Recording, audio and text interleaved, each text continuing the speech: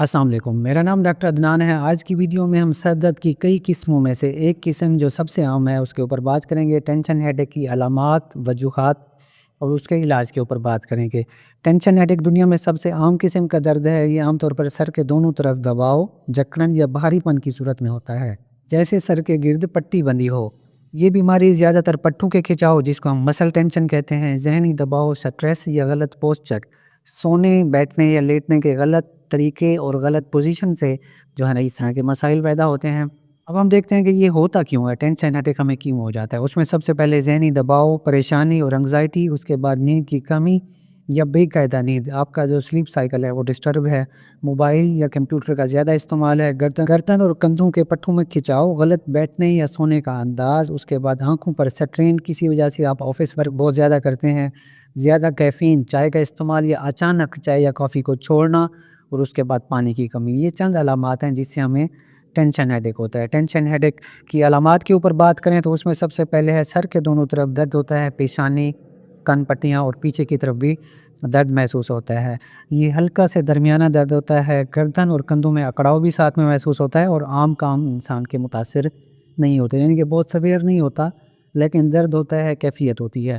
اس کے بعد اس میں ہم الٹی کی بات کرتے ہیں کہ وہ نہیں ہوتی، یا فوٹوفوبیا، آواز سے سینسیٹیوٹی، یہ چیزیں نہیں دیکھی جاتی ہیں جو ہم مائیگرین میں دیکھتے ہیں۔ ٹینشن ہیڈ ایک میں ایسا کچھ نہیں ہوتا۔ اس کا دورانیہ کتنا ہوتا ہے، ہم 30 منٹ سے لے کر 7 دن تک یہ رہ سکتا ہے، اور اکثر پیشنٹس کو یا تو تھوڑے گھنٹے رہتا ہے، 2-4 گھنٹے رہتا ہے۔ کچھ مریض میرے پاس ایسے بھی ہیں جن کو یہ ٹینشن ہیڈ ایک 2-3 دن بھی رہتا ہے، اس کے بعد وہ مہینے 2 کے لیے ٹھیک ہو جاتے ہیں، پھر شروع ہو جاتا ہے۔ اس کی اقسام کی بات کریں تو سب سے پہلے ہے ایپیسوڈک ٹینشن ہیڈ ایک۔ اس میں مہینے میں 15 دن سے کم ہوتا ہے سر میں درد، اور یہ زیادہ تر سٹریس یا تھکان کی وجہ سے ہوتا ہے۔ دوسرا ہے کرونک ٹینشن ہیڈ ایک۔ یہ مہینے میں 15 دن یا اس سے زیادہ رہتا ہے، کم شدت میں ہوتا ہے لیکن مسلسل ہوتا ہے، اور کئی سالوں تک یہ درد ہوتا ہے۔